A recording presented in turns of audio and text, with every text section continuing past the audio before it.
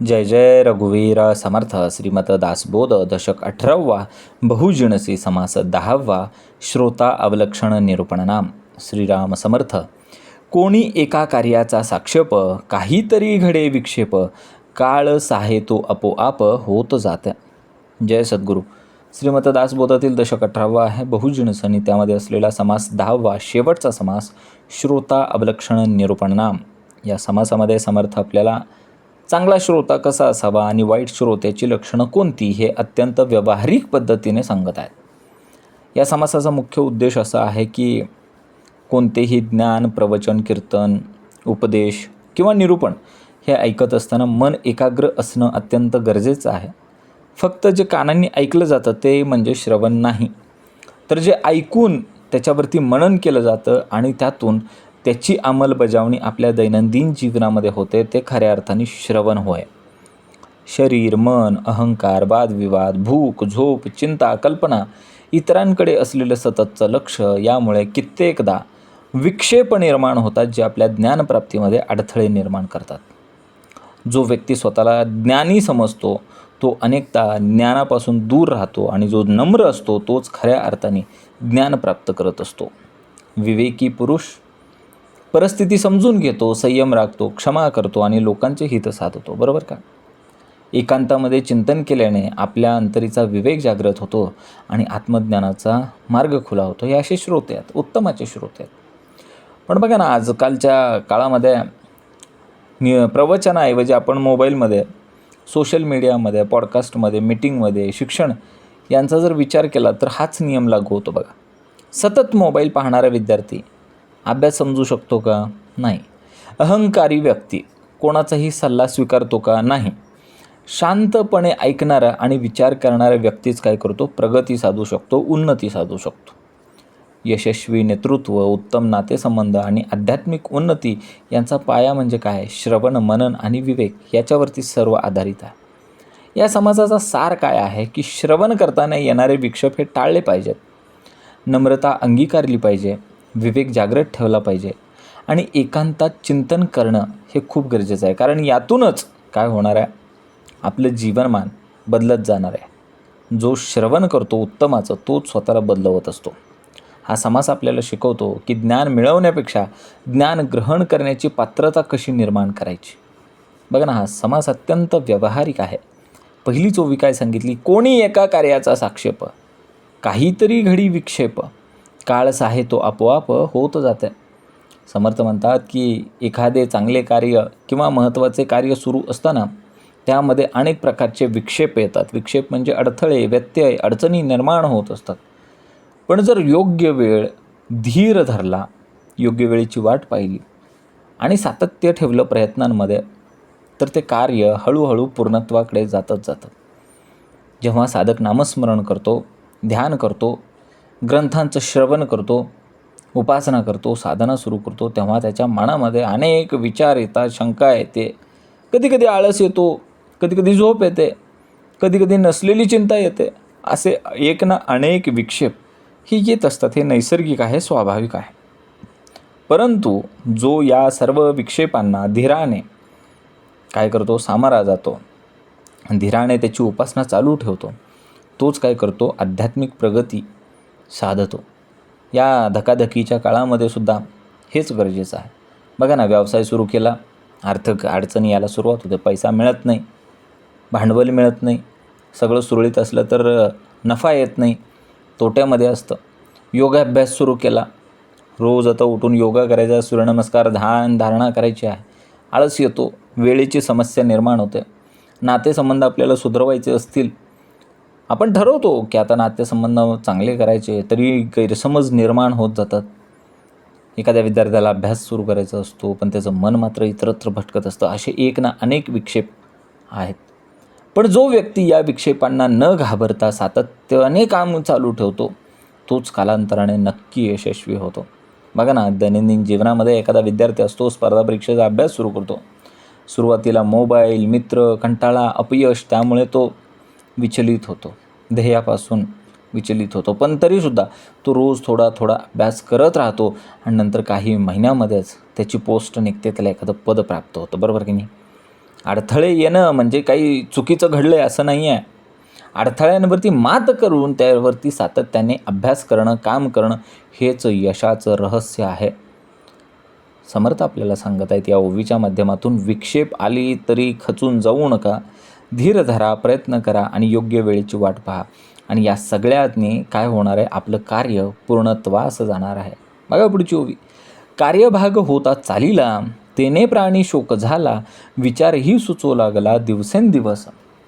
समर्थ म्हणतात की एखादं कार्य हळूहळू पुढे जात असतं, परंतु त्याचवेळी मनुष्याला अनेक चिंता, आशा, शंका, काळज्या, नैराश्य वाटू लागतं. त्या अनुभवातून जो अधिक विचार करू लागतो आणि दिवसेंदिवस त्याची समज वाढीस लागते, बरोबर का. साधना सुरू केली, उपासना सुरू केली की साधकाला आपल्या अंतरीचे दोष, वासना आणि मनाच्या चंचलतेची जाणीव होऊ लागते, होती की नाही. त्यामुळे कधीकधी खिन्नता येते, कधीकधी शोक निर्माण होतो, कधीकधी दुःख होतं. परंतु हाच अनुभव ज्याला समजतो त्यातूनच तो आत्मपरीक्षणाकडे जातो, कारण तो आता अंतर्मुख झाला आहे. एकदा का अंतर्मुख झाला की तो आत्मबोधाकडे येतो, आत्मपरीक्षणाकडे येतो आणि त्यातून त्याचा विवेक अखंड जागृत राहतो. व्यवसाय वाढत असताना जबाबदाऱ्या वाढतात की नाही. मुलांचं संगोपन करत असताना पालकांची चिंता वाढतच असते. नोकरीमध्ये मोठी जबाबदारी मिळाली, प्रमोशन मिळालं की प्रमोशनबरोबर जबाबदारी येते, रिस्पॉन्सिबिलिटी येते आणि मग ताणही वाढतो आणि पगारही वाढलेला असतो तुलनेने. आध्यात्मिक मार्गावरती चालत असताना साधकाला कळतं की आपण उपासना करतो आहे. मग साधकाला त्याच्या आतमध्ये असलेले दोष, वासना हे सगळं कळायला लागतं. उणिवा आपण स्वतःहून शोधायला लागतो की नाही, स्वतःच्या उणिवा आपण पाहतो आध्यात्मिक मार्गावरती आल्यानंतर. या सर्व अनुभवामुळे काय होतो, मनुष्य अधिक गहन विचार करायला लागतो, खोलवरती विचार करू लागतो आणि अधिक परिपक्व व्हायला लागतो. एखादा युवक स्वतःचा व्यवसाय सुरू करतो. सुरुवातीला त्याला उत्साह असतो बरं का, पण जसा व्यवसाय वाढीस लागतो ना, मग येणारा खर्च, मग त्याचे कामगार आहेत, कर्मचारी आहेत, कस्टमर येतो आहे का नाही, ग्राहकांची चिंता वाढते आणि या काळजांमुळे तो अधिक नियोजन करायला लागतो आणि हळूहळू तो एक एक्सलंट एंटरप्रेनर होतो, एक कुशल उद्योजक बनतो, होतो की नाही असं. जबाबदारी वाढली की चिंता येते, साहजिक आहे, ती आलीच पाहिजे. पण ती चिंता योग्य विचारांना जन्म देते आणि माणसाला अधिक पक्व बनवते, अधिक शहाणा बनवते, विवेकी बनवते. कार्य करताना येणाऱ्या चिंता आणि अडचणी यांना आपण शत्रू मानू नये, आणि ते शत्रू नसतात, पण त्याने विवेक आणि परिपक्वतेच्या गुरुकिल्ल्या आपल्या हाती येत असतात. बघा पुढची ओवी, कोणी एक प्राणी जन्मास येतो, काहीतरी काळ सहाय्य होतो, दुःखा उपरी सुख देतो, देव कृपाळूपणे. समर्थ ते सांगतात की प्रत्येक जीव जन्माला येतो तेव्हा त्याला जीवनातील अनेक प्रकारचे दुःख, संघर्ष, परीक्षा हे सगळं सहन करावं लागतं. पण जर तो धीराने या काळाचा सामना करीत राहिला तरच तो ईश्वराच्या कृपेने त्या दुःखावरतीही, त्या दुःखानंतर येणाऱ्या सुखाची प्राप्ती करत असतो. बघा ना, या संसारामध्ये जन्म घेतल्यावर सुख आणि दुःख हे दोन्ही अटळ आहे. जन्म आणि मृत्यू हे दोन्ही अटळ आहे. कोणाच्याही आयुष्यामध्ये जे दुःख आहे ते कायमस्वरूपी राहत नाही. ईश्वराची योजनाच तशी आहे. दुःखातून मनुष्य शिकतो, अधिक पक्व होतो, अधिक समृद्ध होतो आणि त्याला सुख आणि समाधान, आत्मज्ञानाची अनुभूती त्याच्यानंतरच मिळते. शिक्षणासाठी कष्ट घेतल्यानंतरच यश मिळतं की नाही. शेतकरी उन्हातानामध्ये मेहनत करतो तेव्हा तर पीक येतं. जेव्हा आई होण्यासाठी प्रसूतीच्या वेदना सहन केल्या जातात तेव्हाच मातृत्वाचं समाधान, सुख मिळतं की नाही. साधक जेव्हा कठोर तपश्चर्या करतो तेव्हाच त्याला आत्मशांती मिळते, मोक्ष मिळतो की नाही. एखादा गरीब मुलगा असतो, तो अनेक संकटे सहन करून शिक्षण पूर्ण करतो आणि अनेक वर्षाच्या संघर्षानंतर त्याला उत्तम अशी नोकरी मिळते. त्याला तेव्हा समजते की त्याचं पूर्वीचं दुःख हेच त्याच्या सुखाच्या पायऱ्या होत्या. ही ओवी आपल्याला काय शिकवते की दुःख हे कायमस्वरूपी कधीच नसतं. धीर धरणं, प्रयत्न करणं आणि ईश्वरावरती असलेला विश्वास हा अढळ ठेवला तर दुःखानंतर येणारं सुख हे येतंच येतं. जीवनातील दुःख हे ईश्वराने दिलेली शिक्षा नाही आहे, तर भविष्यातील सुख आणि प्रगतीची ती तयारीच असते. अवघाची काळ तरी सजे, तरी अवघेची होती राजे, काही सजे काही सजे काही न सजे ऐसे आहे. समर्थ म्हणतात की जर प्रत्येकाला सर्व काळ अनुकूल परिस्थिती मिळाली असती तर जगातील सर्वच लोक यशस्वी झाली असती, श्रीमंत झाली असती आणि राजे झाली असती, राजासारखं जगू लागली असती. पण वास्तवात काहींची कामे यशस्वी होतात तर काहींची कामं होतच नाहीत. हेच या जगाचं स्वरूप आहे. ईश्वराने या जगामध्ये विविधता निर्माण केलेली आहे. प्रत्येकाचा प्रारब्ध वेगळं आहे, कर्म वेगळं आहे, प्रयत्न वेगळा आहे किंवा प्रत्येकाची असलेली वेळ वेगळी वेगळी आहे. म्हणून सर्वांना एकाच वेळी समान यश किंवा समान फळ मिळेलच असं नाही. त्यामुळे निराश न होता स्वतःचं कर्म करत राहायचं. सर्व विद्यार्थी अभ्यास करतात की नाही, पण वर्गात पहिला एकच येतो. सर्व व्यापारी मेहनत करतात की नाही, पण प्रत्येकाचा व्यवसाय सारखा चालतो का नाही, कुणाला तोटा होतो, कुणाला नफा होतो. सर्व साधक उपासना करतातच की, पण प्रत्येकाची आध्यात्मिक प्रगती ही एक समान कधीच नसते किंवा त्याची गतीही एक समान नसते. प्रत्येकजण आपल्या आपल्या क्षमतेनुसार पुढे जात असतो. याचा अर्थ इथं कुणावरती अन्याय झालेला नाही आहे, तर प्रत्येकाच्या जीवनाचा प्रवास हा वेगळाच आहे. बघा, एका शेतामध्ये एकाच दिवशी पेरणी केली. त्याच्यामध्ये काही असलेली ती झाडं आहेत ती लवकर वाढली, काही उशिरा वाढली, काहींची अधिक काळजी घ्यावी लागते आपल्याला, आहे ना. याचा अर्थ बीज वाईट आहे का? नाही हो, बीज तेच आहे, एकसारखंच आहे, पण वाढीसाठी असलेला काळ मात्र वेगवेगळा आहे की नाही. इतरांच्या यशाची आपण स्वतःबरोबर तुलना कधी करूच नाही. प्रत्येकाचा काळ, प्रत्येकाचा प्रयत्न आणि प्रत्येकाला मिळणारं फळ हे निश्चितच वेगवेगळं असतं. सर्वांना सारखा अनुकूल वेळ मिळत नाही. म्हणून मत्सर न करता अखंड प्रयत्न करत राहणं आणि योग्य वेळेची वाट पाहणं हाच खरा शहाणपणा आहे. बघा पुढची उभी. एक लोक अथवा परलोक साधता कोणी एक विवेक, अद्भुत होय स्वाभाविक देणे ईश्वराचं. समर्थ म्हणतात की या जगामध्ये म्हणजे इहलोकामध्ये सुख, यश, कल्याण साधायचे असो किंवा परलोकातील आध्यात्मिक कल्याण साधायचे असो, या दोन्हीसाठी काय पाहिजे? विवेक आवश्यक आहे. हा विवेक जेव्हा एखाद्या व्यक्तीमध्ये जागृत होतो तेव्हा त्याच्याकडून आश्चर्यकारक आणि योग्य कार्य असं घडूच लागतं. हा विवेक म्हणजे ईश्वराची सर्वात मोठी देणगी आहे बरं का. विवेक म्हणजे सार आणि असार, शाश्वत आणि नश्वर, योग्य आणि अयोग्य, चांगलं आणि वाईट यातला भेद ओळखण्याची क्षमता किंवा शक्ती म्हणजे विवेक होय. आम्हाला कळालं, शरीर हे नाशवंत आहे आणि आत्मा हा शाश्वत आहे. विषयांनी दिलेलं सुख हे क्षणिक आहे, पण आत्मसुख हे चिरंतर शाश्वत आहे. अहंकार हे बंधन आहे, तर नम्रता हा मुक्तीचा मार्ग आहे. हे सर्व आपण ओळखलं कशाने? विवेकातूनच ओळखलं. जीवनातही विवेकामुळे मनुष्य योग्य निर्णय घेतो.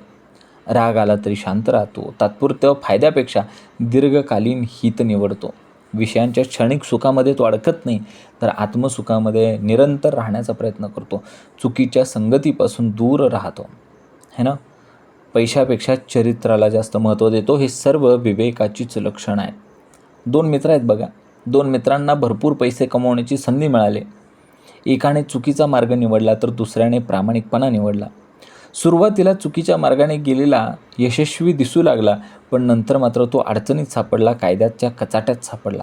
आणि ज्या व्यक्तीने प्रामाणिकपणा निवडला होता, विवेक निवडला होता, तो मात्र समाजामध्ये सन्मानाने जगू लागला. हेच काय ते विवेकाचं सामर्थ्य आहे. बघा ना, इहलोकातील यश असो किंवा परलोकातील कल्याण असो, दोन्हींची किल्ली ही विवेकच आहे. ज्याच्या जीवनामध्ये विवेक जगतो, है ना, त्याचे निर्णय, त्याची कृती, त्याचा जीवनमार्ग हा कायम योग्यच असतो. आणि हा विवेक म्हणजे ईश्वराचं सर्वात उत्तम आम्हाला देणं आहे. ईश्वराची सर्वात मोठी देणगी जर काय असेल तर ती विवेकच आहे. ऐकल्याविनं कळले, शिकल्याविनं शहाणपण आले, देखल्याविनं न ऐकले भूमंडळी. मग समर्थ असे म्हणतात की ऐकले नाही, शिकले नाही आणि तरीही ज्ञान प्राप्त झाला, असे या जगात कधीच घडलेलं नाही आहे बरं का. कोणत्याही व्यक्तीला शहाणपणा, अनुभव किंवा ज्ञान मिळवण्यासाठी श्रवण, अध्ययन आणि अनुभव यांचा आधार हा घ्यावाच लागतो. आत्मज्ञानाच्या मार्गामध्ये श्रवण, मनन, निदिध्यासन असाच क्रम आहे ना. संतांचे वचन ऐकल्याशिवाय विवेक जागृत होत नाही. सद्गुरूंचा उपदेश ऐकल्याशिवाय अज्ञान दूर होत नाही. म्हणून अज्ञान मूलहरणम. शास्त्रांचा अभ्यास केल्याच्या शिवाय तत्त्वज्ञान समजत नाही. म्हणून मला सगळं काही समजतं, हा अहंकार आध्यात्मिक प्रगतीचा सर्वात मोठा अडथळा आहे. बरोबर का? डॉक्टर व्हायचं असेल तर शिक्षण घ्यावं लागतं, योग शिक्षक व्हायचं असेल तर योगाभ्यास करावा लागतो, दैनंदिन सराव करावा लागतो, वेगवेगळे आसनं करावे लागतात, ध्यान करावं लागतं, प्राणायाम करावं लागतं. व्यवसाय शिकवण्यासाठी अनुभवी लोकांचं मार्गदर्शन घ्यावं लागतं की नाही? चांगलं नातं टिकवण्यासाठी इतरांच्या अनुभवातून शिकावं लागतं की नाही? ज्ञान कोणालाही जन्मता मिळतच नसतं. एक तरुण म्हणतो, मला कोणाचा सल्ला नको, मला माझं सगळं येतं, माझं मी करेन. त्यामुळे तो वारंवार चुका करू लागतो. तर दुसरा तरुण जो आहे तो नम्रपणे सर्वांचं ऐकतो, शिकतो, अनुभवी लोकांचं मार्गदर्शन घेतो. काही वर्षांनी तो दुसरा तरुण हा अधिक यशस्वी झालेला असतो आणि परिपक्वसुद्धा झालेला असतो. जो ऐकतो आणि शिकतो तोच वाढतो आणि जो ऐकत नाही तो त्याच चुका पुन्हा पुन्हा करत राहतो आणि तिथंच गुंतून पडतो. श्रवण आणि शिक्षणाशिवाय ज्ञान मिळत नाही. नम्रपणे ऐकणे हीच शहाणपणाची पहिली पायरी आहे. जो ऐकण्याची कला शिकतो, श्रवणाची कला शिकतो ना, तो जीवन जगण्याची कला शिकून घेतो. सकळ काही ऐकता कळे, कळता कळता वृत्ती निवळे, नेमस्त मनामध्ये आकळे सारासार. समर्थ म्हणतात की सततचं श्रवण केल्याने अनेक गोष्टी समजू लागतात. समज वाढली की मनामधला गोंधळ, अज्ञान आणि चुकीच्या वृत्ती, चुकीच्या सवयी ह्या कमी होऊ लागतात. मग शांत, स्थिर आणि नेमस्त मनाला सार असार, योग्य अयोग्य, शाश्वत नश्वर यांचा विवेक स्पष्टपणे कळू लागतो. बघा ना, संतवाणी, शास्त्र आणि सद्गुरूंचे उपदेश सतत श्रवण केल्याने अज्ञान दूर होते, मन शुद्ध होते आणि विषयांची आसक्ती कमी होते. विवेक जागृत होतो. ज्याप्रमाणे गढूळ पाणी हळूहळू स्वच्छ होते ना, त्याचप्रमाणे श्रवणामुळे मनाची वृत्तीसुद्धा निर्मळ होत जात असते. चांगली पुस्तके वाचल्याने विचार बदलतात की नाही? अनुभवी लोकांचे मार्गदर्शन ऐकल्याने आपली निर्णय क्षमता वाढते की नाही? सतत शिकणारा मनुष्य हा अधिक समंजस असतो आणि परिपक्व असतो. घाईघाईने प्रतिक्रिया देणारा माणूस हा हळूहळू काय होतो? श्रवणाने विचारपूर्वक वागू लागतो. बरोबर की नाही? एका व्यक्तीला खूप राग येत असतो. तो सतत संतांची प्रवचन, चांगले विचार आणि आध्यात्मिक ग्रंथ श्रवण करू लागतो. काही महिन्यांनी त्याच्या स्वभावामध्ये आपल्याला बदल दिसू लागतात. पूर्वी जिथे तो लगेच भांडायचा, लगेच हमृत्युमृत्यूवरती यायचा, तिथे तो आता शांतपणे विचार करू लागतो. हेच समर्थांना अभिप्रेत असलेलं कळता कळता वृत्ती निवळे याचं उत्तम उदाहरण म्हणजे तो मनुष्य आहे. बघा, ज्ञान हे एकाच दिवसात मिळत नाही. त्यासाठी सातत्याने श्रवण करावं लागतं, चिंतन करावं लागतं आणि मग हे सर्व केल्यानंतर मन शुद्ध होतं आणि विवेक जागृत होऊन विकसित व्हायला लागतो. सत्संग, श्रवण आणि योग्य ज्ञानामुळे मन निर्मळ होतं आणि निर्मळ मनालाच सार आसाराचा खरा विवेक प्राप्त होतो. श्रवणातून ज्ञान, ज्ञानातून विवेक आणि विवेकातून जीवनाला योग्य दिशा मिळत असते. श्रवण म्हणजे ऐकावे, मनन म्हणजे मणी धरावे, येणे उपाय स्वभावे, त्रैलोक्य चाले. मग समर्थ काय म्हणतात की श्रवण म्हणजे फक्त कानांनी ऐकणे नव्हे, तर लक्षपूर्वक ऐकणे म्हणजे श्रवण. मनन म्हणजे ऐकलेले मनामध्ये साठवून ठेवून त्याच्यावरती सातत्याने विचार करणे. या दोन्ही गोष्टींच्या आधारावरतीच मानवाचं जीवन, समाज आणि संपूर्ण जगाची व्यवस्था चाललेली आहे. साधकाने प्रथम सद्गुरू, संत आणि शास्त्रांचे वचन ऐकावे, श्रवण करावे. सद्गुरूंचं श्रवण हे केलंच पाहिजे. त्यानंतर त्यावरती शांतपणे विचार केला पाहिजे, म्हणजे मनन केलं पाहिजे. श्रवणाशिवाय ज्ञान मिळत नाही, मननाशिवाय ज्ञान पक्कं होत नाही आणि मननाशिवाय ऐकलेले ज्ञान विसरलं जातं बरं का. त्यामुळे मनन पाहिजे, अखंड मनन पाहिजे. म्हणून वेदांतामध्ये सांगितलं आहे, श्रवण मनन निदिध्यासन हा आत्मज्ञानाचा एकमेव मार्ग सांगितलेला आहे. शिक्षक शिकवतात, विद्यार्थी श्रवण करतात, बरोबर. त्यानंतर पुन्हा त्याच्यावरती विचार केला जातो, ज्याला आपण अभ्यास असं म्हणतो, त्याला आपण मनन म्हणायचं. जेव्हा तो विषय समजतो है ना, तेव्हाच तो समजतो ना विषय. तसंच आहे, पालकांचा सल्ला ऐकणं म्हणजे श्रवण, पण पालकांनी दिलेला सल्ला विचार करून योग्य निर्णय घेणं म्हणजे ते खऱ्या अर्थाने मनन झालं. अनेक लोक प्रवचन, पॉडकास्ट, प्रेरणादायी भाषणं ऐकत असतात, पण काही दिवसांनी ते सर्व विसरून जातात. त्यांना फक्त श्रवण केलेलं असतं, त्यामुळं प्रॉब्लेम येतो. त्यावरती त्यांनी मनन केलं असतं तर हा प्रॉब्लेम आला नसता. आणि दुसरीकडे काही लोक एकच वाक्य ऐकतात बैठकीला येतात, एकच वाक्य श्रवण करतात, त्यावरती विचार करून त्याचं जीवनामध्ये उतरवतात, त्याची अंमलबजावणी करतात आणि त्यातून त्यांच्या आयुष्यामध्ये मोठे मोठे बदल दिसून येतात बघा. फक्त ऐकून उपयोग नाही हो, ऐकलेले मनामध्ये धारण करून ठेवणं, त्याच्यावरती विचार करणं, तरच त्याचं रूपांतर ज्ञानामध्ये होतं आणि जीवन बदलतं. श्रवण ज्ञान देतं, पण मनन त्या ज्ञानाला खोली देतं आणि या दोन्हींच्या योगाने विवेक व जीवनाची प्रगती होत असते. कानांनी ऐकणे म्हणजे श्रवण आणि हृदयाने स्वीकारणे म्हणजे मनन बरं का. बघा, श्रवणा आड विक्षेप येती, नाना जिनस सांगो किती, सावध असता प्रत्यय येती सकळ काही. मग समर्थ म्हणतात की श्रवण करताना अनेक विक्षेप अडथळे येतात की हो, ते किती आणि कोणकोणत्या प्रकारचे ते सांगणार. पण जो सावध, जागरूक आणि एकाग्र असतो त्याला ऐकलेल्या गोष्टींचा खरा अनुभव आणि अर्थ समजू लागत असतो. बघा ना, सत्संग, कीर्तन आणि ग्रंथ श्रवण करत असताना मन कधी स्थिर राहत नाही. कधी जुन्या आठवणी येतात, कधी भविष्याची चिंता येते, कधी शरीराला आळस येतो, कधी झोप लागते, कधी अहंकार आडवा येतो, संशय निर्माण होतात. हे सर्व विक्षेप ज्ञानप्राप्तीच्या मार्गातील अडथळे आहेत. परंतु जो जागरूक राहतो आणि या अडथळ्यांवरती मात करून सत्य समजू शकतो ना, तोच खरा विवेक आहे. आजकालच्या काळामध्ये काय झालं आहे, श्रवणातील विक्षेप अजून वाढलेले आहेत बघा. काय होतं आहे, मोबाईलचे नोटिफिकेशन कंटिन्यू येतात. इंस्टा, फेसबुक, यूट्यूब आहे की नाही, कंटिन्यू मोबाईलचे नोटिफिकेशन येतात. सोशल मीडिया आहे, सततचे फोन येतात, मेसेजेस येतात. मनामध्ये ताणतणाव असतो, इतरांच्या मतांची चिंता असते. लोक काय म्हणतील, ह्यानं गाडी घेतली, त्यानं फ्लॅट घेतला, ह्याचं प्रमोशन झालं, हे सगळं चालू आहे आणि प्रलोभनं खूप झाली तो कलियुगामध्ये. यामुळे आपण ऐकतो कमी आणि विचलित जास्त होतो की नाही. एक विद्यार्थी वर्गामध्ये बसतो, पण त्याचं सर्व लक्ष मोबाईलमध्ये असतं. मित्र किंवा इतर विचारांकडेच तो धावत असतो. त्यामुळे 2 तास वर्गात बसूनही त्याला काहीच समजत नाही. आणि दुसरा विद्यार्थी मात्र पूर्ण लक्ष देऊन शाळेमध्ये जातो, ऐकतो, श्रवण करतो. त्यामुळे कमी वेळेमध्ये त्याचा अभ्यास नीट होतो, त्याला विषय नीट समजायला लागतो. ज्ञान मिळवण्यासाठी फक्त उपस्थिती पुरेशी नाही आहे.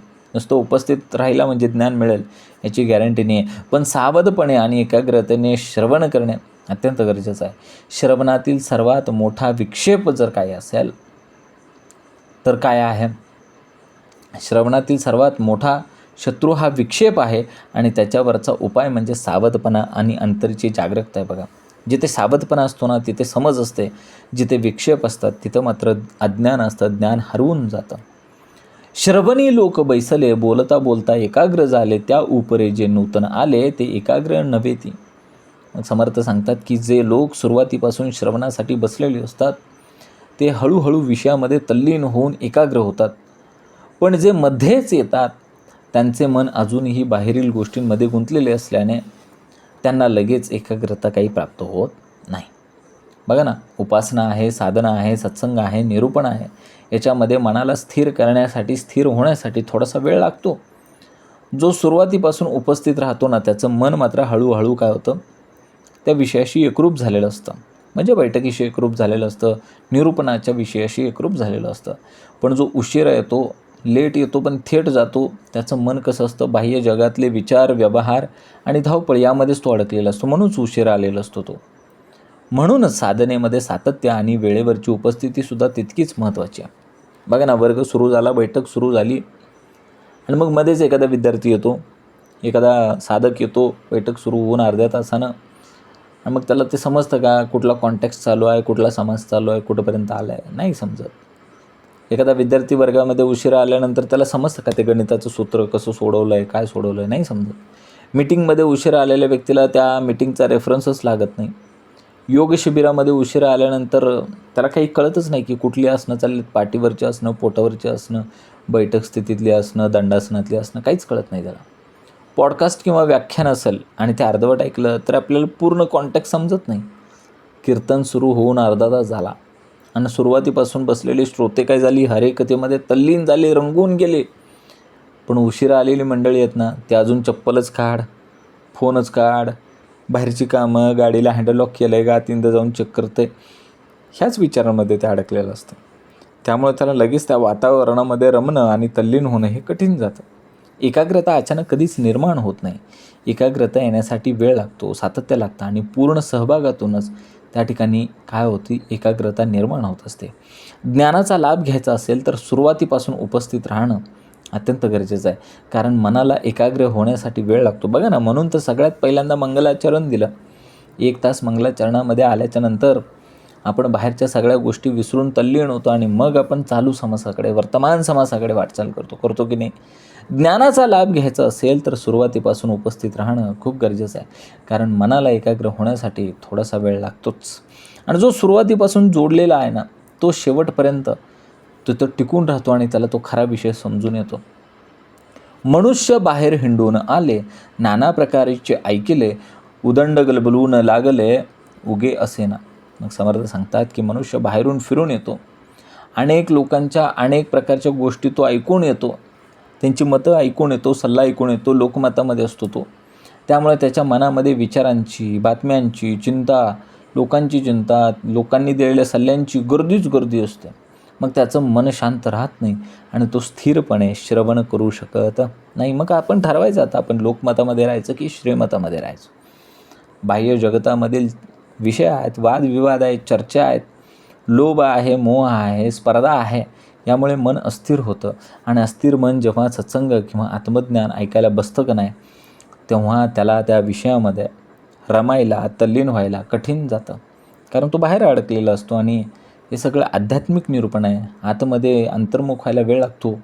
म्हणून आध्यात्मिक प्रगतीसाठी मनाची शांतता आणि अंतर्मुखता अत्यंत गरजेची आहे. आजच्या काळामध्ये ही ओवी खूप परफेक्ट लागू पडते आहे.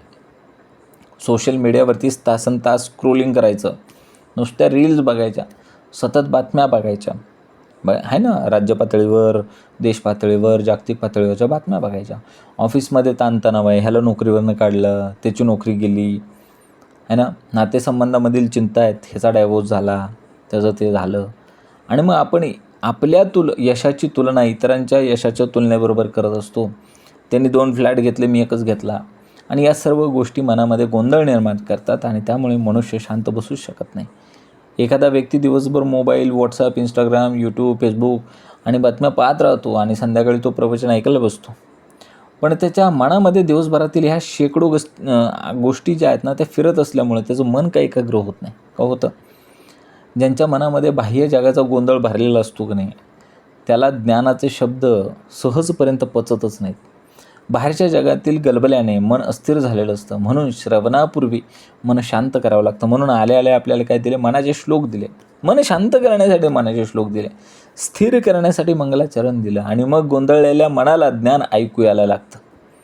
नाहीतर नाही, गोंधळलेल्या मनाला ज्ञान ऐकू येत नाही आणि ते समजत पण नाही. पण एकदा का सुरुवातीला बैठकीला आला, वेळेवर आला की नाही, आणि मग शांत झालं की मग त्याला ते सगळं समजतं. आज मंगलाचरणात कुठला भाग सुटला, वर्तमान समासामध्ये कुठला, आणि मग त्यातून त्याच्या जीवनामध्ये बदल घडायला लागतात, आध्यात्मिक उंची वाढायला लागते. प्रसंग पाहून चालती, ऐसे लोक थोडे असती, श्रवणी नाना विक्षेप होती, ते हे ऐका. मग समर्थ सांगतात की परिस्थिती ओळखून योग्य वेळी योग्य प्रकारे वागणारे लोक अत्यंत थोडे, दुर्मिळ आहेत. बहुतेक लोक प्रसंगाचे भान न ठेवता वागतात. त्यामुळे श्रवण करतानाही अनेक प्रकारचे विक्षेप त्यांच्यामध्ये निर्माण होतात. आणि आता ते विक्षेप कोणते आहेत ते सांगणार आहेत समर्थ. बघा, विवेकी मनुष्य कोणत्या वेळी काय करावं हे त्याला कळतं आणि काय टाळावं हे पण त्याला उत्तम कळत असतं. पण अविवेकी मनुष्य हा सत्संगात बसूनसुद्धा बसतोय, शरीराने बसतोय बैठकीला, पण मनाने तिसरीकडेच कुठेतरी गेलेला आहे. त्यामुळे ज्ञानाचा लाभ काही त्याला होत नाही. बघा ना, समर्थ सांगतात आजही आपण पाहतो की मीटिंगमध्ये मोबाईल वापरतो आहे. मीटिंग वेगळीच चालू आहे आणि याचं वेगळंच चालू आहे. कोणाला तरी कमेंट करतो आहे, कोणाला तरी लाईक करतो आहे, कोणाला तरी व्हिडिओ शेअर करतो आहे. वर्गामध्ये लक्ष न देणारा विद्यार्थी आहे, तो काय करतो आहे, स्वतःही अभ्यास करत नाही, दुसऱ्यालाही करू देत नाही. आणि बैठकीच्या निरूपणाला आल्यानंतरसुद्धा काही मंडळी असतात, गप्पा मारत बसतात, आहे की नाही. मग योग वर्गामध्ये सुद्धा काय होतं, काहीतरी डिवचाडिवची चालू असते, एक दुसरीकडे मन भटकत असतं. आणि मग हे सर्व प्रसंगाचे भान नसल्याची चिन्ह आहे.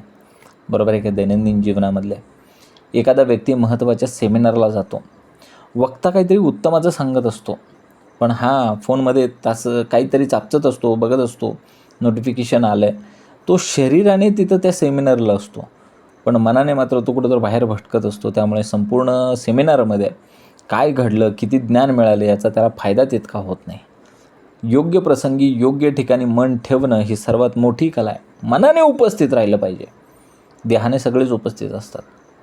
श्रवणाचा लाभ घ्यायचा असेल तर त्या प्रसंगाचे भान आणि मनाची उपस्थिती अत्यंत गरजेची आहे. विवेकी मनुष्य काय करतो, प्रसंग ओळखून वागतो आणि अविवेकी मनुष्य हा विक्षेपामध्ये अडकतो आणि ज्ञानाचा लाभ गमावून टाकतो. शरीराने उपस्थित राहणे पुरेसं नाही, तर मनाने उपस्थित असणंसुद्धा त्यापेक्षा जास्त महत्त्वाचं आहे, गरजेचं आहे. श्रवणी बैसले ऐकाया, अडो लागले सिकाया, ती कडा कडा जांभया निद्रा भरे. मग काय सांगितलं समर्थांनी, काही लोक ज्ञान कमावण्यासाठी, ज्ञान ऐकण्यासाठी, श्रवणासाठी प्रवचनाला येतात, बैठकीला येतात, बसतात, पण थोड्याच वेळात त्यांचं शरीर असं जड व्हायला लागतं, मोठमोठ्या जांभया यायला लागतात आणि मग झोपेची अंमल वाढायला लागते. झोपेचं प्रभुत्व, निद्रा त्याच्यावरती हवी व्हायला लागते आणि परिणामी श्रवणाकडे त्याचं लक्ष बिलकुल राहत नाही. तर समर्थ फक्त आपल्या शरीराच्या झोपेची गोष्ट नाहीच सांगत आहे, तर अज्ञान, आळस आणि विषयातील आसक्तीमुळे निर्माण होणाऱ्या मानसिक झोपेची सूचना समर्थ आपल्याला करत आहेत. मोबाईल्सवरती रील पाहताना 2 तास आपल्याला झोप येत नाही.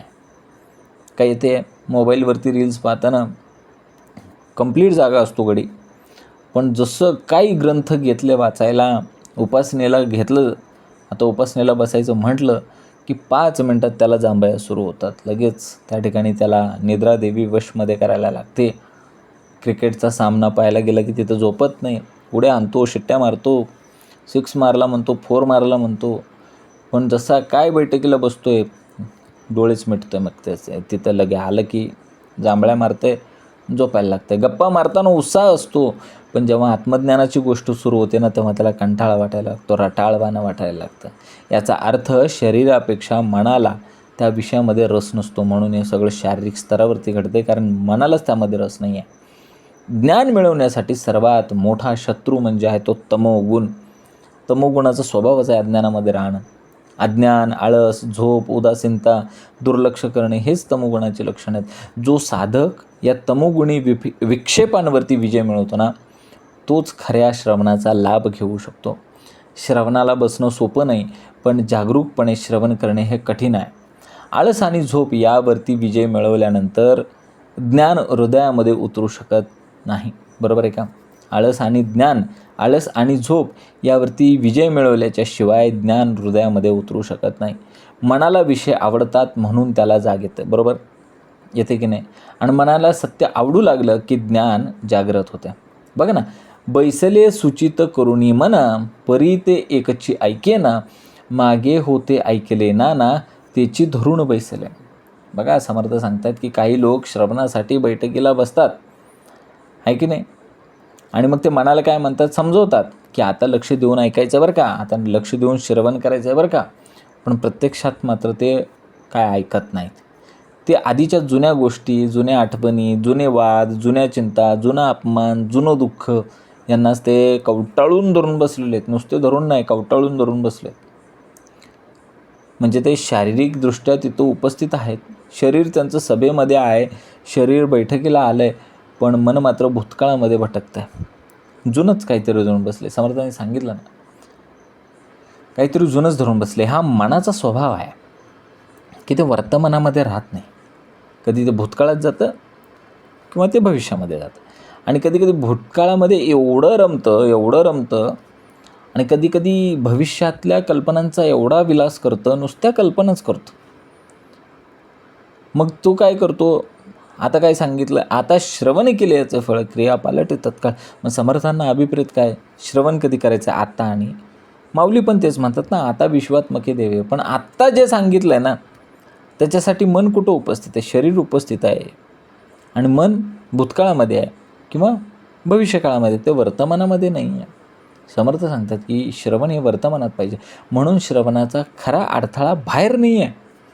श्रवणाचा खरा अडथळा म्हणजे स्वतःचं चंचल मन, हा सर्वात मोठा अडथळा आहे. एखादा व्यक्ती प्रवचनाला बसला आणि वक्ता जर आत्मज्ञान त्याला सांगू लागला, पण त्याच्या मनामध्ये काल झालेली भांडणं, ऑफिसमधलं काम, कर्ज, मुलांचं शिक्षण, एखाद्याने केलेला अपमान, आणि मग तो काय होतं, 2 तास बसूनही बैठकीमध्ये त्याला कुठलाच लाभ होत नाही. त्याला आठवत नाही. घरी गेलं, बायकोनं विचारलं, मग आज बैठकीत भाग सुटला का, काय सांगितलं?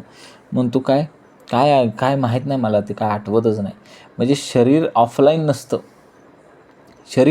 नसतं, पण मन मात्र दुसऱ्याच टॅपमध्ये चालू असतं. खरे की नाही? बघा, मीटिंगमध्ये बसूनही मन दुसरीकडे असेल तर मीटिंग आपल्याला समजत नाही. योगाभ्यास करत असताना जर मनामध्ये चिंता असेल तर ध्यान कसं लागेल? नाही लागणार ध्यान. ध्यानासाठी मन एकाग्र पाहिजे.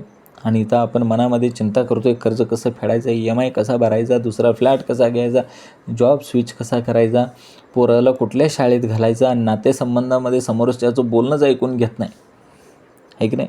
मग होतं आहे काय, नातेसंबंधामध्ये समोरच्याचे बोलणे ऐकताना मन स्वतःच्याच विचारामध्ये येत असेल, मग त्यांना वाटतं, आणि त्या ठिकाणी मग गैरसमज वाढायला लागतात, नातेसंबंध तुटायला लागतात.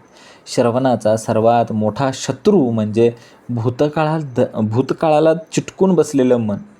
जेव्हा मन वर्तमानामध्ये येईल ना, तेव्हाच श्रवणाचा खरा लाभ होणार आहे. कानांनी ऐकणं सोपं आहे, पण मनाने ऐकणं हीच खरी साधना आहे की नाही? तत्पर केले शरीर, परी मनामध्ये अनेक विचार, कल्पना कल्पितो विस्तार, किती म्हणून सांगावा.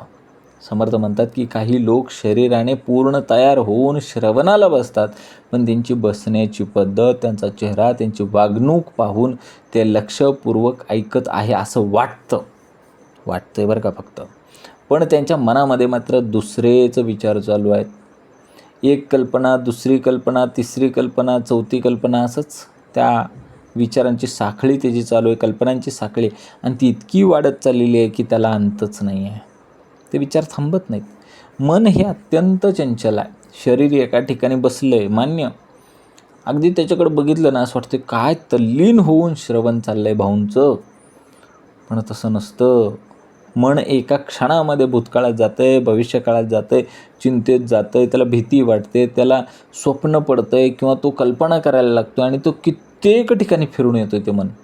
म्हणूनच आत्मज्ञान प्राप्तीसाठी फक्त शरीराची उपस्थिती पुरेशी नाही, तर मनाची उपस्थिती अत्यंत गरजेचं आहे. एखादा कर्मचारी मीटिंगमध्ये समोर पाहत बसलेला असतो, ठीक आहे, अत्यंत म्हणजे असं कॉन्सन्ट्रेटेड, फोकस्ड असतं.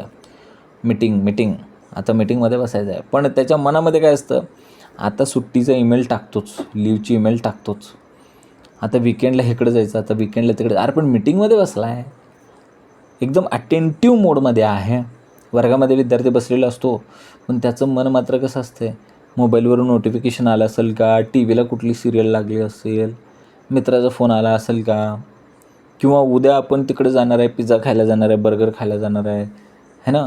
ह्या भविष्यातल्या कल्पनांमध्ये तो विद्यार्थी हरवलेला असतो, पण तो लौकिक करताना शाळेत बसलेला असतो, आणि एवढा अटेंटिव्ह पोझिशनमध्ये बसलेला असतो की आपल्याला वाटतं काय उत्तम माझा अभ्यास करतो आहे. साधक ध्यानाला बसलेला असतो, डोळे बंद करून. आपल्याला वाटतं ध्यान चाललं आहे साहेबांचं, पण साहेबांच्या मनामध्ये घर, पैसा, पद, प्रतिष्ठा, नातेसंबंध याचे विचार चालू असतात. साहेब डोळे बंद करून काय करत असतात, अंतर्मुख नसतात झालेले, डोळे बंद करूनसुद्धा बाहेरच फिरत असतात. बाहेरून आपल्याला तो व्यक्ती शांत दिसतो, पण आतमध्ये विचारांचं चक्रीवादळ सुरू असते, नुसतं वादळ नाही. समर्थ सांगतात की विक्षेप फक्त बाहेरून येत नाहीत, तर ते विक्षेप अनेकदा मनामध्ये स्वतःचंच विक्षेप ते निर्माण करत असतं. मनुष्य काय करतोय, स्वतःच कल्पना रचतो, स्वतःच विचार करतो, स्वतःच त्या कल्पनांमध्ये, विचारांमध्ये गुंततो, आणि वर्तमानातील सत्य गमावून बसतो. शरीराची एकाग्रता दिसून येते, पण मनाची एकाग्रता कधीच दिसून येत नाही. तीच खूप गरजेची आहे. मन कल्पनांच्या मागे धावत असेल तर श्रवण निष्फळच आहे ना.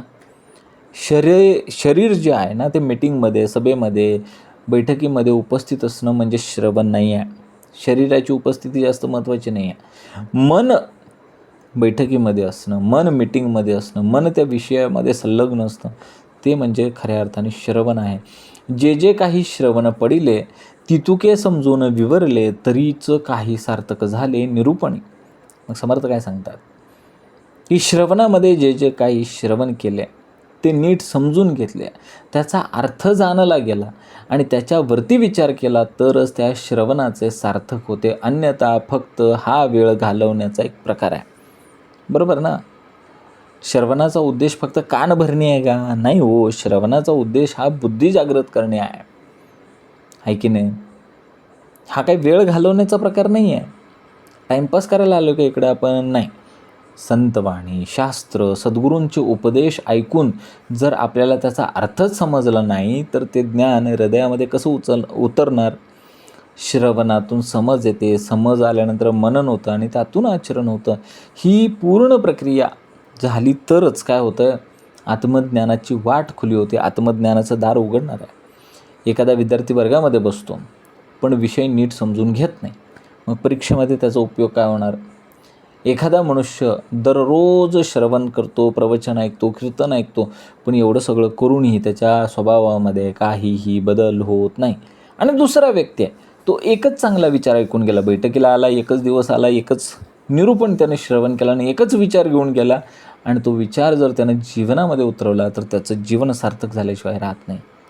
म्हणूनच ज्ञानाचे मोजमाप किती ऐकले यावरती ज्ञान ठरत नाही, तर त्यातून किती समजले आणि ते ज्ञान किती जगले, दैनंदिन जीवनामध्ये त्याची अंमलबजावणी किती झाली याच्यावरती त्या ज्ञानाचं मोजमाप ठरत असतं.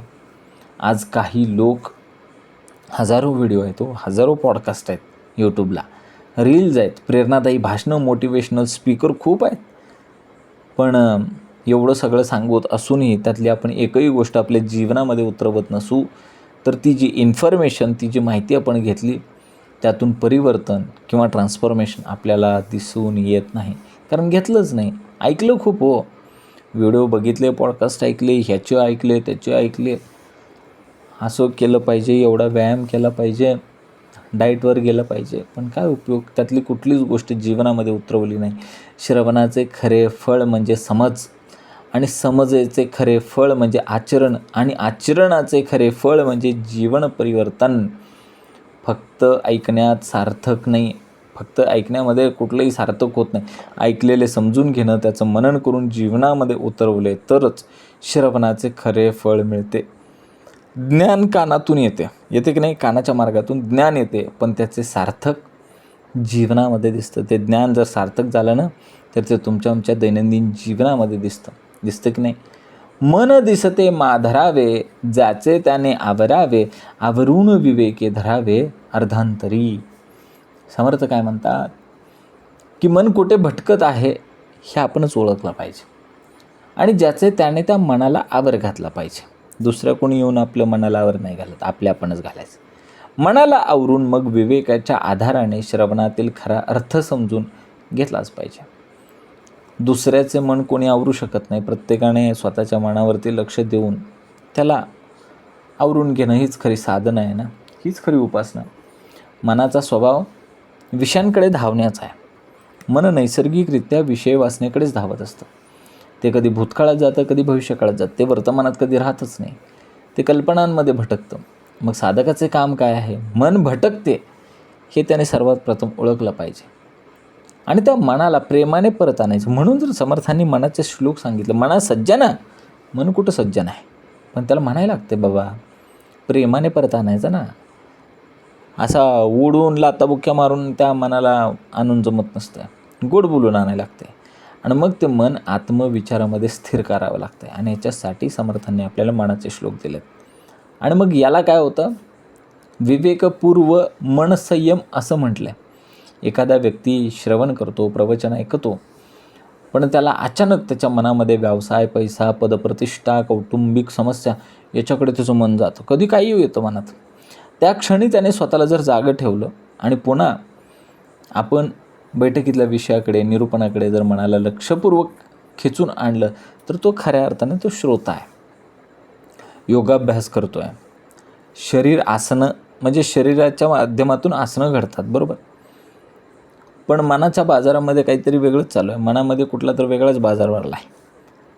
तर ते पुन्हा वर्तमानामध्ये आणणं आहे ना, तीच खरी साधना आहे, तीच खरी उपासना आहे, तोच खरा अभ्यास आहे. मोबाईल आहे, सोशल मीडिया आहे आणि सततच्या सूचना आहेत, नोटिफिकेशन येतात. जीमेलचं नोटिफिकेशन येतं, ही ईमेल आली. व्हॉट्सअपचं नोटिफिकेशन येतं की त्यांनी व्हिडिओ पाठवला. फेसबुकचं नोटिफिकेशन येतं की फ्रेंड रिक्वेस्ट आली. याच्यामुळे क्षणाला काय होतं?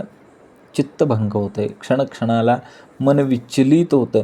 समर्थ आज आपल्याला काय सांगायचं बघा, मोबाईल सायलेंट करणं सोपं आहे, पण मनाला सायलेंट करणं हीच खरी उपासना आहे, हीच खरी साधन आहे. मन भटकते हे मनाचा दोष नाही आहे.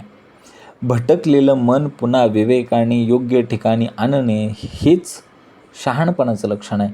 आत्मविकासाची सुरुवात मनावरती लक्ष ठेवण्यापासून होत असते. मनावर पहारा ठेवा. ते भटकलं की विवेकाने त्याला परत आणायचं. आपल्याला मनावरती कंट्रोल ठेवायचा आहे. मन कुठे आहे आता सध्या? माझं मन आता दिल्लीमध्ये आहे, माझं मन आता अमेरिकेमध्ये आहे, माझं मन आता त्या ठिकाणी लंडनमध्ये आहे, पॅरिसमध्ये आहे.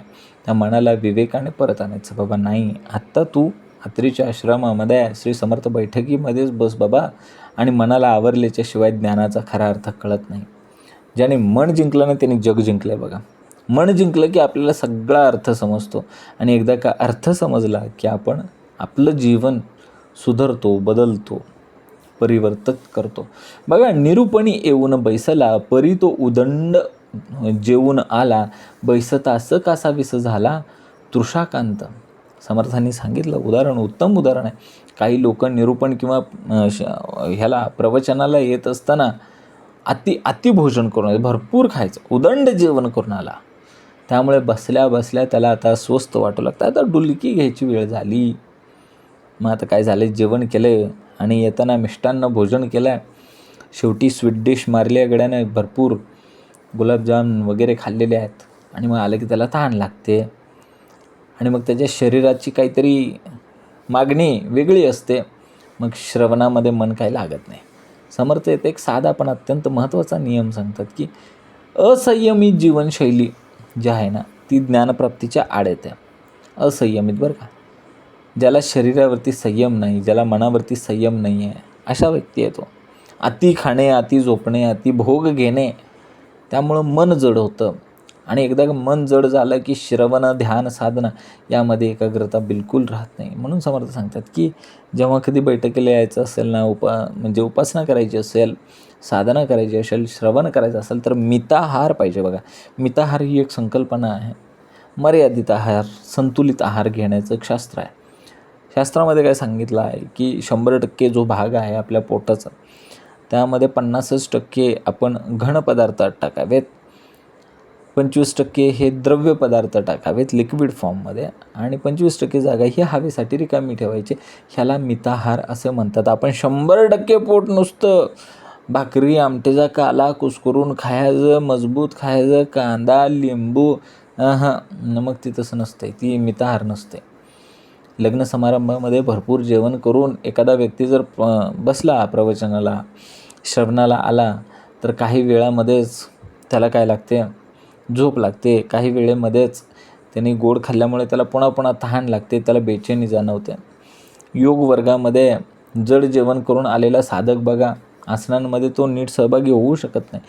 म्हणजे आसनं करायच्या आधी जेवण करू नये असं सांगितलं जातं. किमान 4-5 तासाचा गॅप पाहिजे, तर तेव्हाच ती योगासनं करावीत. योग वर्गाला ऑफिसच्या मीटिंगमध्ये अति जेवण केल्यानंतर लक्ष केंद्रित करणं कठीण जातं की नाही, झोप लागते. भरपूर जेवण करायचं आणि मीटिंगला जायचं, झोपलाच गडी. आज अनेक लोक ध्यान, धारणा किंवा योग ते शिकू इच्छिता, पण त्यांचं काय होतं की योग्य आहार नाही आहे, योग्य विहार नाही आहे, त्यामुळे ते होत नाही आहे त्यांना. ध्यान कसं लागेल तिथं? अस्वस्थ शरीरामुळे स्थिर मन निर्माण होऊ शकत नाही. स्वस्थ शरीर असेल तरच मनसुद्धा स्वस्थ राहणार आहे. आध्यात्मिक प्रगतीसाठी शरीर आणि मन हे दोन्ही संतुलित पाहिजे, आहे की नाही. अतिरेक कोणत्याही गोष्टीला नको, अति सर्वत्र वर्जते, आहे की नाही. त्याचे परिणाम खूप वाईट असतं. कुठलीही गोष्ट अगदी अति किंवा टोकाची केली की वाईटच असते. श्रवणासाठी शरीर ही अनुकूल स्थितीमध्ये असणं अत्यंत गरजेचं आहे. संयमित आहार व शिस्तबद्ध जीवनशैली हे एकाग्र श्रवणाचे साधनेचे आधार आहेत. अतिरेकामुळे मन आणि शरीर दोन्हीही अस्थिरच होत असते. बघा ना, ज्याने जिभेवरती संयम ठेवला त्याला मनावरती संयम ठेवणे सोपं जातं की नाही. बघा पुढं, आधी उदक आणविले, घळाघळा उदंड घेतले, तेने मळमळू लागले, उठून गेला. मग समर्थ सांगतात की श्रवणाला बसलेल्या माणसाला ताण लागली, त्याने पाणी मागवले, आणि त्यांनी विवेक न ठेवता गट भरपूर पाणी प्यायलं. त्यामुळे त्याला आता डचमळू लागलं, मळमळू लागले. त्याने मळमळू लागले, उठून गेला आणि मग तो श्रवणातून उठून गेला, निघून गेला. आता काय करणार? इथे पाण्याचा प्रसंग समर्थांनी सांगितला असला तरी जीवनासाठी खूप मोठा संदेश दिला. कोणत्याही गोष्टीचा अतिरेक शेवटी अडथळाच निर्माण करतो की नाही? साधनेमध्ये आणि जीवनामध्ये संयम अत्यंत आवश्यक आहे. अति खाणे, अति बोलणे, अति झोपणे, अति उत्साह करणे, अगदी अति उपवास करणे, आहे का नाही, लंघन करणे, हे मनुष्याला संतुलन जे आहे ना, संतुलनापासून ते दूर घेऊन जातं. विवेक म्हणजे सगळं कसं पाहिजे, योग्य प्रमाणात पाहिजे, संतुलित पाहिजे, बॅलन्स पाहिजे. परीक्षेच्या आदल्या दिवशी काय केलं? रात्रभर अभ्यास केला. होईल का पास? शरीर दमलं हो, त्याचं शरीर थकलं, पेपरला गेला आणि गडी झोपला. आता काय करायचं? अचानक खूप व्यायाम केला, कधीच व्यायाम नाही केला आणि एकच दिवस जिमला गेला आणि जिममधल्या सगळ्या मशीन मारून आला. झाली काहीतरी दुखापत, एखादा स्नायू तुटला, एखादा हाड मोडला, तर काय करायचं? परत गडी अजून बेडवरती, बेड रिडन. एका दिवसात अनेक आध्यात्मिक ग्रंथ वाचले, नाही होणार हो, काहीच नाही करणार.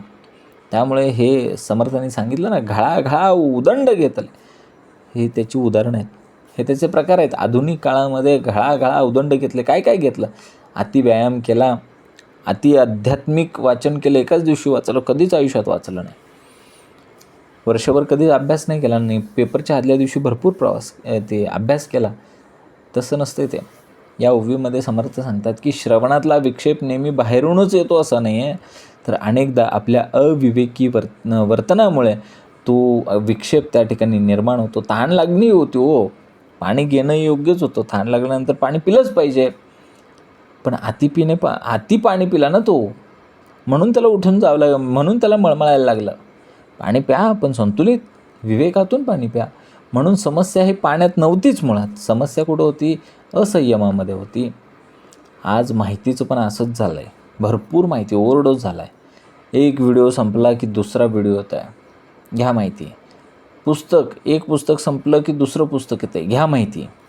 व्हॉट्सअपवरती एक फॉरवर्डेड मेसेज झाला की दुसरा येतो आहे, भरपूर ग्रुपला जॉईन करून टाकला आहे, घ्या माहिती. पण त्याच्यावरती ते माहिती जी घेतली आहे त्याच्यावरती मनन नाही, परिणाम नाही. माहिती वाढत गेली पण मनाची शांतता मात्र कमी होत गेली. मनाची शांतता निघून गेली, चित्तभंग झालं. गरज भागवणे योग्य, पण अतिरेक कायमच अयोग्य. अति सर्वत्र वर्जते. विवेक आणि संयमच नसेल काय तर चांगली गोष्ट ही अडथळाच बनते. विवेक आणि संयम हा पाहिजेच. अतिरेकाने अमृतसुद्धा विष होते, विवेकाने विषही अमृत होते. आपल्याला ठरवायचं आहे की त्या नागाचं जे विष आहे त्या विषापासून औषध तयार करायचं की त्या विषाने अजून दुसऱ्या कोणाला हानी पोचवायची. बघा, अति सर्वत्र वर्जिते. बघा, करपट ढेकर उचक्या देती, वारा सरता मोठी फजिती, क्षणक्षणा उठून जाती लघु शंकेसी. समर्थ सांगतात की अति खाणे, अति पिणे करून आलेल्या माणसाला ढेकरा येतात, उचक्या लागतात, पोटातला वायू आणि वारंवार लघुशंकेला जाण्याची गरज भासते. त्यामुळे तो श्रवणामध्ये स्थिर बसू शकत नाही, सारखा उठत बसत राहतो. त्यामुळे त्याचं स्वतःचं नुकसान होतं आणि इतरांच्याही एकाग्रतेमध्ये तो व्यक्ती व्यत्यय आणत असतो. समर्थांचा उद्देश फक्त शारीरिक त्रास सांगणे असा नाही आहे. समर्थ सांगतात की ज्याने इंद्रियांवरती संयम ठेवलेला नाही आहे त्याला मनाचा संयम साधणे खूप कठीण जातं. इंद्रिय संयमित नाही तर मन कुठून संयमित होणार? शरीर अस्थिर असेल तर मनही अस्थिर, आहे की नाही? शरीर जर स्थिर असेल तर मनसुद्धा स्थिर असतं. म्हणून महत्त्वाच्या मीटिंगपूर्वी अति खाणे, अति पिणे हे सगळं केल्यामुळे काय होतं? लक्षच लागत नाही, झोप लागते.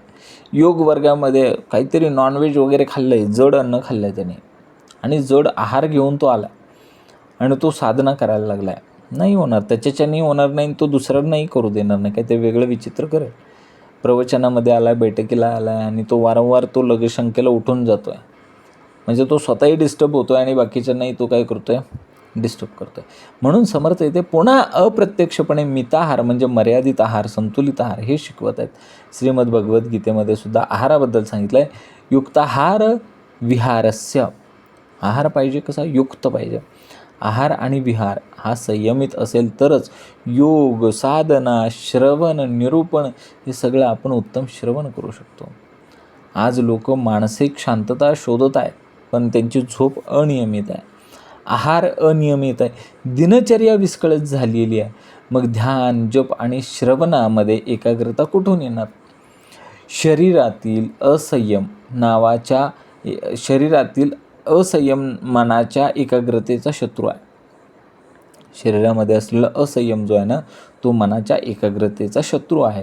आणि संयमित आहार विहाराशिवाय श्रवण, साधना आणि ज्ञानाचे फळ हे पूर्ण मिळत नाही. समर्थ सांगतात की अस्थिर शरीर हे ज्ञानापासून आपल्याला कायमच दूर घेऊन जातं, आणि संयमित जर शरीर असेल तर ते मनाला सुद्धा स्थैर्य देतं.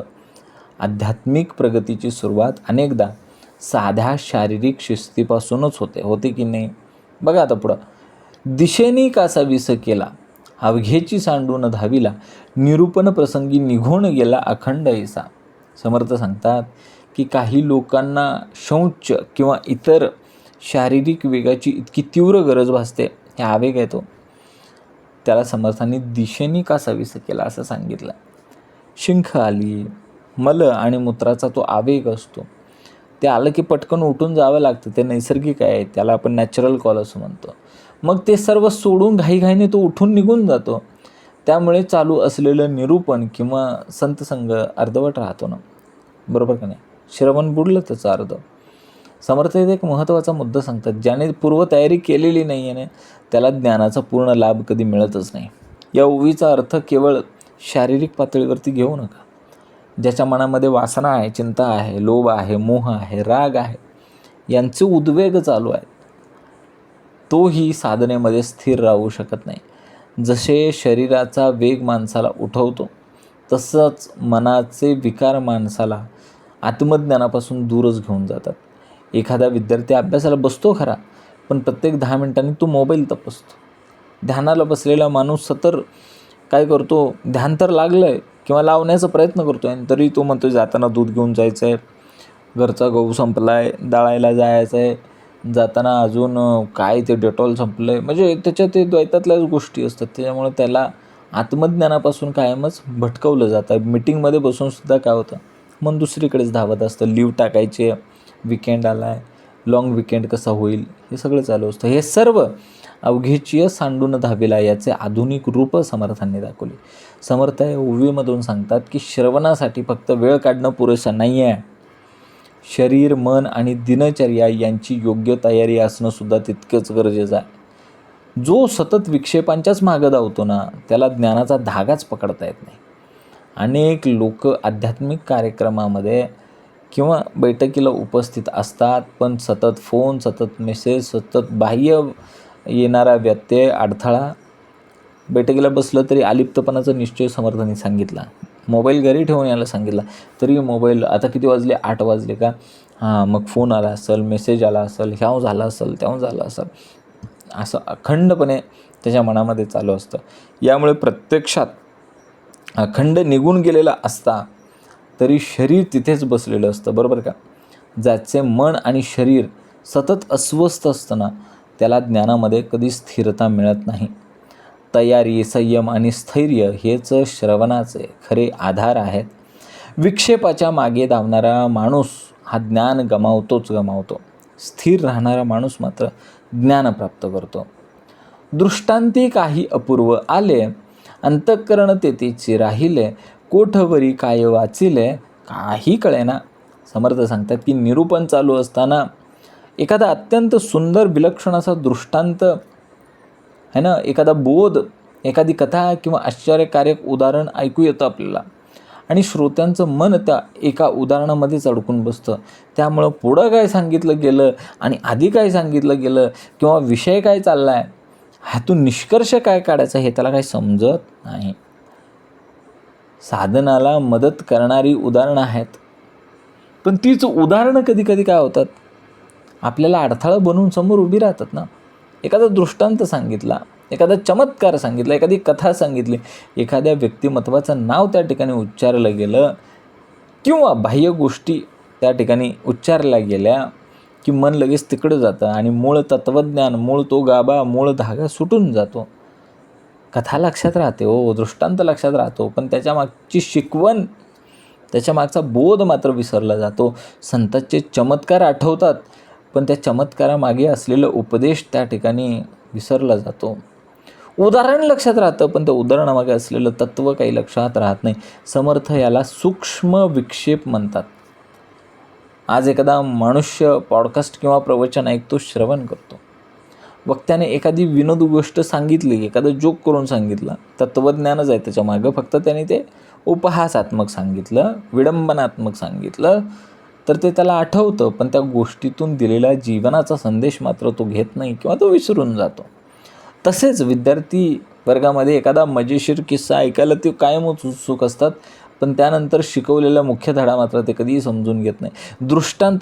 दृष्टांत जे आहे ना, ते साधन आहे, साध्य नाही. उदाहरणामागील तत्त्व हे समजलंच पाहिजे, त्या कथेमागील बोध हा आम्हाला समजलाच पाहिजे. ज्ञानातील गौण गोष्टींमध्ये अडकून मूळ संदेश कधीच गमावू नये. दृष्टांत, कथा आणि उदाहरणे यांचा हेतू तत्त्व समजवणे हा आहे. त्यातच अडकून राहिल्यास ज्ञानाचा अर्थ हातातून सुटला आहे, ज्ञानाचा मुख्य अर्थच निसटून गेलेला आहे. कथा लक्षात ठेवण्यापेक्षा तिची शिकवण लक्षात ठेवणे हे अधिक महत्त्वाचं असतं. ज्ञानाच्या मार्गावरती आकर्षक उदाहरणे बरीच आहेत. त्या उदाहरणांच्यापेक्षा त्या उदाहरणामागे असलेलं सत्य आम्ही पकडलं पाहिजे.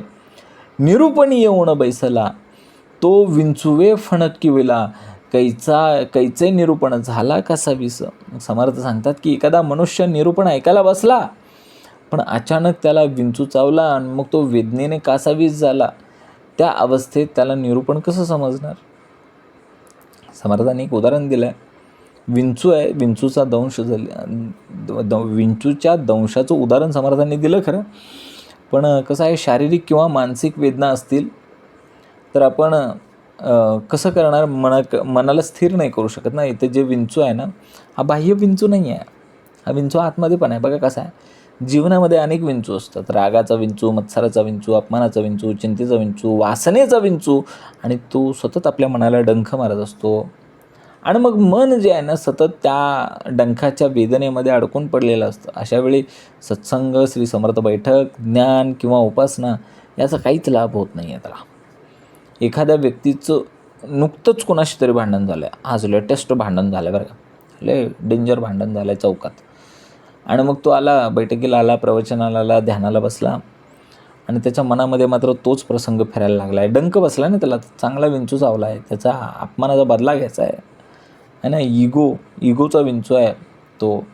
आणि मग वक्ता काय सांगतो हे त्याला ऐकू येत नाही, त्याला फक्त 30 शिवी ऐकू येते जे त्याला चौकात दिली होती, कारण त्याच्या मनामध्ये चिंतेच्या विंचवाने त्याला डंख मारला आहे, अपमानाच्या विंचवाने त्याला डंख मारलेला आहे. जेव्हा मन दुःख, राग किंवा चिंतेने व्यापलेले असते ना, तेव्हा ज्ञान ग्रहण कधीच होत नाही. प्रथम मन शांत करणे अत्यंत गरजेचं आहे. विक्षेपाचे मूळ बाहेर नसून अनेकदा आपल्या अंतःकरणामध्येच असते. आज अनेक लोक सत्संगामध्ये, बैठकीमध्ये, वर्गामध्ये, मीटिंगमध्ये बसलेले असतात, पण त्यांना कर्जाची चिंता असते. तिथं चिंता कर्जाची आहे, डंख मारला ते विंचूनं. नोकरीमध्ये तणावाच्या विंचूने डंख मारला आहे. नातेसंबंधामध्ये असलेले वेदना आहेत है ना, आणि याच्यामुळे काय होतं, त्यांचं मन त्यामध्येच गुंतलेलं आहे, ग्रासलेलं आहे. म्हणून शारीरिक उपस्थिती त्या ठिकाणी आहे, पण मनाची अनुपस्थिती आहे की नाही. मन हजर आहे आणि हे शरीर हजर आहे, आणि मन मात्र गैरहजर आहे. वेदनेने व्याकुळ झालेले मन ज्ञान कधीही धारण करू शकत नाही. म्हणून प्रथम मनातील विंचू ओळखला पाहिजे. आम्ही नुसतं विंचू ओळखून उपयोग नाही, त्या विंचूवावरती असं जालिम रामबाण उपाय पाहिजे की नाही. उपाय, जखमी मला ज्ञान ऐकू येत नसतं, पण मन शांत मनालाच ज्ञान समजत असतं, बरोबर आहे का. मनाला डंख मारणाऱ्या चिंता, राग आणि दुःख यावर विजय मिळवल्याशिवाय ज्ञानाचे खरे फळ मिळत नाही. बघा, पोटामध्ये तिडक उठली, पाठीमध्ये करक भरली, चालक चिखल्या पुळी झाली बैसवेना.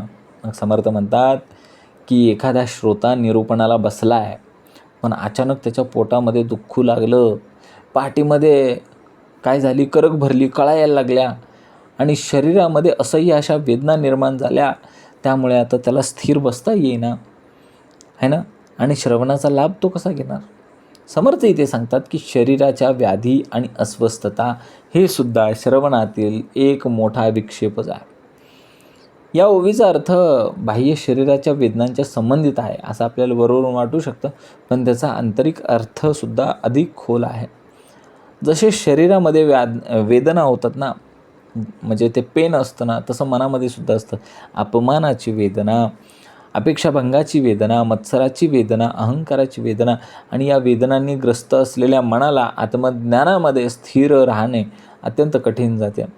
एखादा मनुष्य प्रवचनाला बसला, श्रवणाला बसला, ध्यानाला बसला, पण त्याच्या मनात एखाद्या व्यक्तीबद्दल असलेला राग, तो बाहेरून शांत दिसतोय, बसलाय श्रवणाला, पण त्याच्या आतमधून एक वेगळी अस्वस्थता आहे.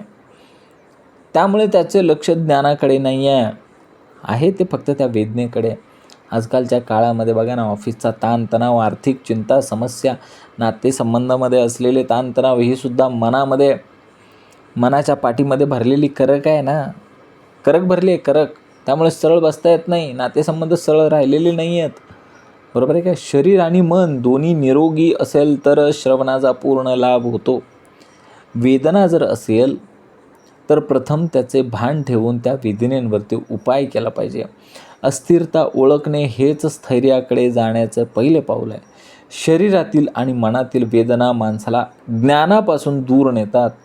स्थिर शरीर आणि शांत मन हेच जीवनाचे खरे आसन आहे, श्रवणाचे खरे आसन आहे. बरोबर का? ज्याचे मन वेदनेने व्यापलेले असते ना, त्याला ज्ञानाचा आवाज हा मंद ऐकू येतो किंवा ऐकूच येत नाही. अस्वस्थ शरीर आणि अस्वस्थ मन यावर मात केल्याशिवाय एकाग्र श्रवण आणि आत्मविचार होणे शक्य नाही.